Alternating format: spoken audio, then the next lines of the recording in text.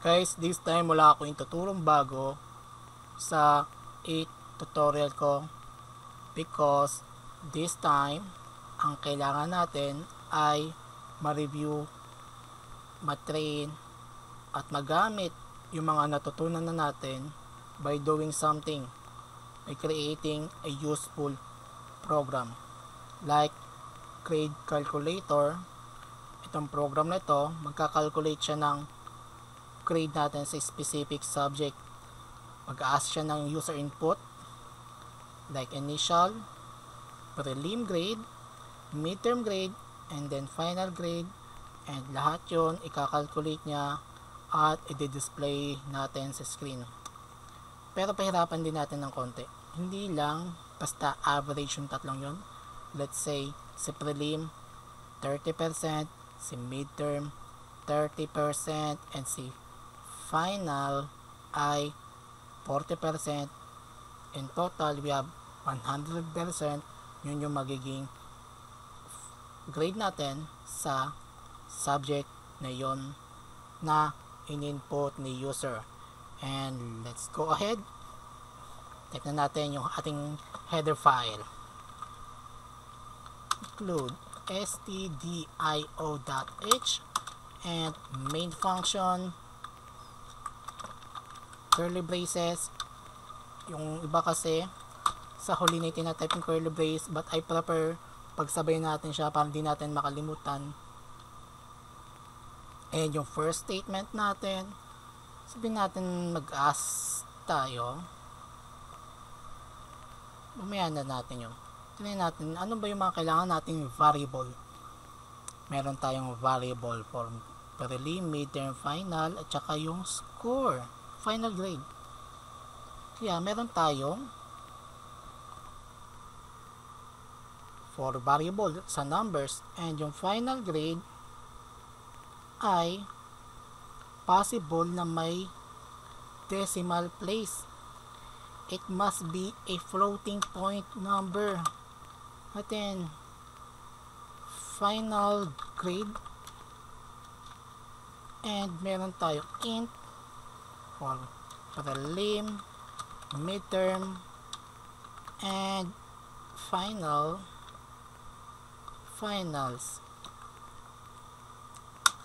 Okay na tayo dyan. Alam na natin mga variables. Yung si ano na lang, initial. Natin initial, character, initial niya. May first name fn and ln for last name. Okay na tayo dito. Meron na tayong variables. Ano ba gusto natin mangyari? Alamin muna natin kung sino yung estudyante. Yung first name and last name siya. Kaya gawa tayong printf. Please enter your first initial. First, tamad ako, fn na lang. Hindi, sorry. fn. Gusto natin user friendly yung program natin.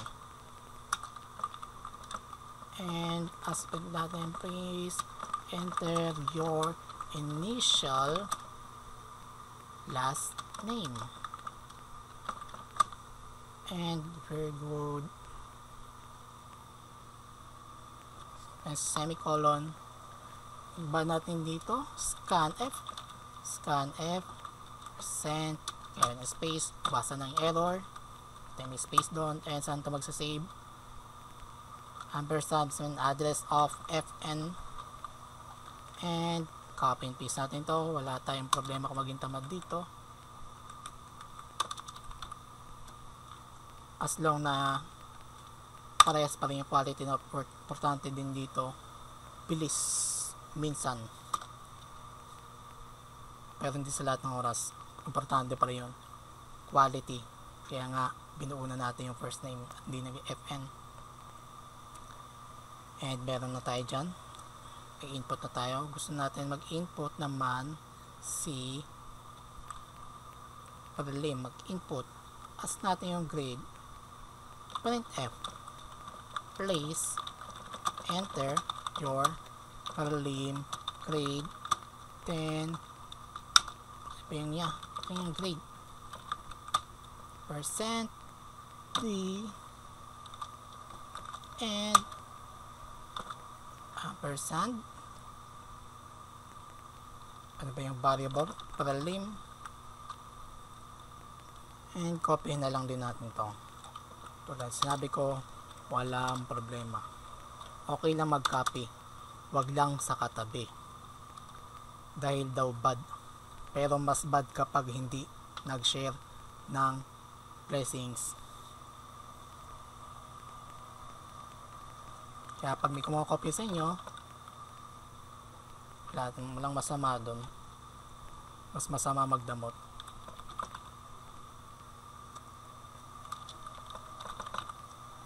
Term final. Baka magkamali tayo dito. Yung final siya may S. And good. Tingnan natin i-run. Wala tayong problem. Initial name, first name, J, M, prelim grade. Di ako ganun katalino, di rin ako ganyan, and sa dulo makatalino ang katabi ko at matalinaw ang aking mata, kaya 99. Pero di pa siya calculate, wala pa tayong ginagawang calculations, which is kailangan natin si arithmetic operators. And now try na muna natin gumawa ng di-display na yung result, your final, sabihin natin yung pangalan niya, hello, percent C, initial niya, percent C, ano ba pangalan niya, FN, tsaka LN, parang hello, kung input ko, tsaka J, tsaka M, hello, ito mali spelling na naman. Your final grade is percent F, and expect natin 2 decimal place lang. At ang final grade niya ay final grade variable. Very good. Ano na lang natin problema dito? Calculation. Wala pa tayong value na final grade, kaya mag-calculate na tayo. Final grade is equal to 30% daw ni prelim. Then prelim times 0.3 na natin kailangan i-convert yan sa typecasting because 0.3 is ng may decimal na siya. And hindi ko na-explain sa first video yung MDAS, bali ayun muna natin yan, so natin lagay plus midterm 0.3 and plus finals times 0.4 and try natin i-run. Meron tong may mali pa tayo dito tama rin naman, wala pala tayong mali dito. Yung hindi ko na-explain sa mga last video ko about precedence ng arithmetic operators, sige mamaya na yan. Kaya natin build yung run to. Your first name J M prelim grade, and madali calculate. Prelim grade 70, midterm ganun pa rin pala ko, and yung final, let's say depende yan kung sino katabi natin sa exam natin, matalino above average 90, and calculate what ang tama naman expect natin dito, and complete na tayo doon. Nag-display siya hello JM, yung final grade is 78, tigil 30% ni 70 ay 21, 30% ni 70 ulit 21 yan, at ang 40% ni 90 ay 36, total of 78. Wala tayong problem dyan. Try ulit natin if gawa tayo ng bagong value. May initial load ko ay AB na lang. Uy, na-double tayo dun. Not even. Isa-isa lang pala. Excited tayo. 71, 72, and 81. And we have decimal place. Okay naman tayo sa doon. And yun na yung sa ano natin.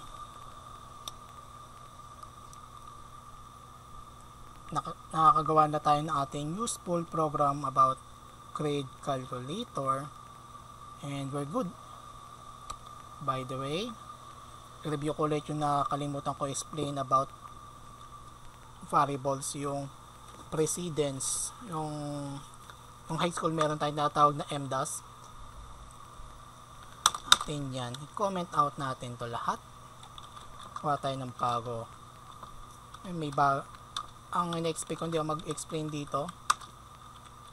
Yan, disregard this source code.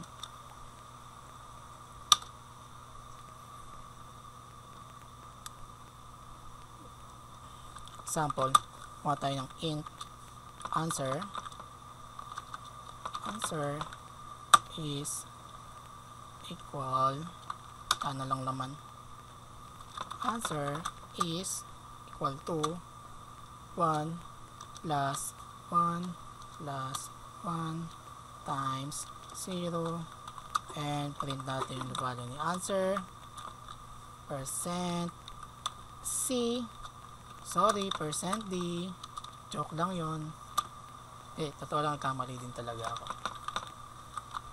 And try natin bilhin run. Ano ba ang magiging value ni answer? Possible iba sa inyo, pero naniniwala ako matatalino kayo at ang output ninyo ay 2 at hindi 0. 2. Oy, na-minimize natin. Sorry, saan lalagay ito? Yan, bali dito papasok yung natutunan natin nung high school, yung MDAS. Sabihin, uunahin niya yung multiplication and division sa priority ng calculation. Sa kanya next si addition and then subtraction.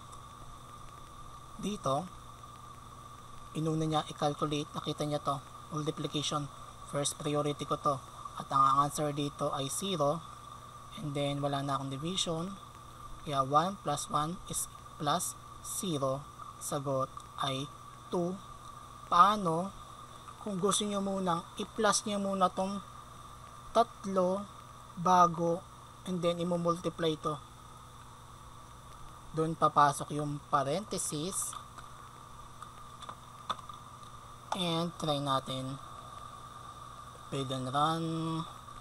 Expect na natin ay 0. We're good. Explain natin. Priority niya yung nasa loob ng curly brace. At tayo dito explain ito din na part to ng program. Ang priority kasi sa calculations, parenthesis, then C, multiplication, division, and modulo, parehas lang yan. Pare-parehas lang, kumbaga sa ranking ng calculation. And last priority sa pag-calculate si addition and subtraction. So, kung ito yung gusto natin mauna yung addition, bago to, then yung MDAS rule, kailangan natin gumamit ng parenthesis. And okay na tayo dyan. Siguro marami din siguro alam sa inyo yung yun. Naniniwala ko.